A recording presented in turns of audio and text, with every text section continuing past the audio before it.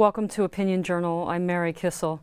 The bombing of the Boston Marathon on Monday has reminded America that the war on terror is still very much alive.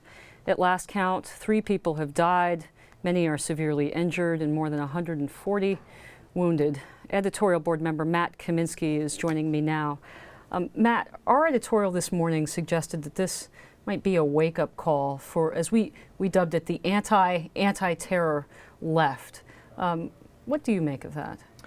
Well, I think it's obviously a sort of a nightmare scenario come true. I mean, we've worried about this since 9/11. Clearly, it's been a problem in open Western cities, in Paris and London in the 90s and the 80s as well. We have open spaces, we have places where people gather, and they're just very tempting targets. They're very vulnerable. And I think, thanks to some great policing work and some luck, frankly, we've averted some attacks in New York, most recently in 2010 in Times Square, and in other cities. Unfortunately, that didn't happen yesterday. Yeah, that's right around the corner from where we sit here. How have other countries dealt with attacks like this in public spaces? For example, Britain during the IRA bombings. Sure. I mean, I think both. I mean, London has a very aggressive policing and surveillance system in place with closed caption television cameras all over the city, cover virtually every part of it.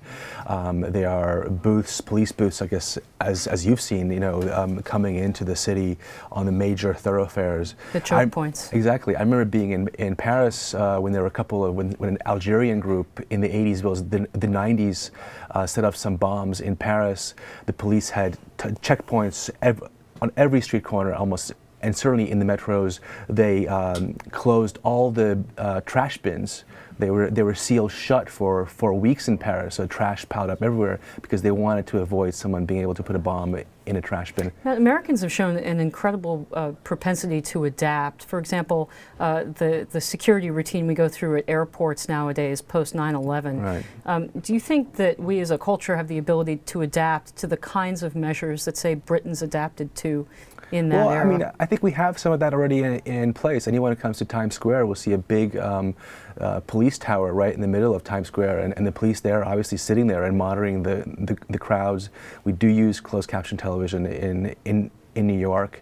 I think people want to be safe, and there's some trade-offs that come with that. But the ultimate, I think we are still a free society in spite of what happened, at 9/11, in spite of the measures that were taken then, and I think we have to wait and see, what really happened here, what the lapses were, and take the lessons from that, even as the police and the FBI investigate and try and see who did this. Well, it certainly says something about the character of the American people that you saw so many people rushing towards those bomb blasts. Editorial board member Matt Kaminski, thanks so much for being with us. Thank you.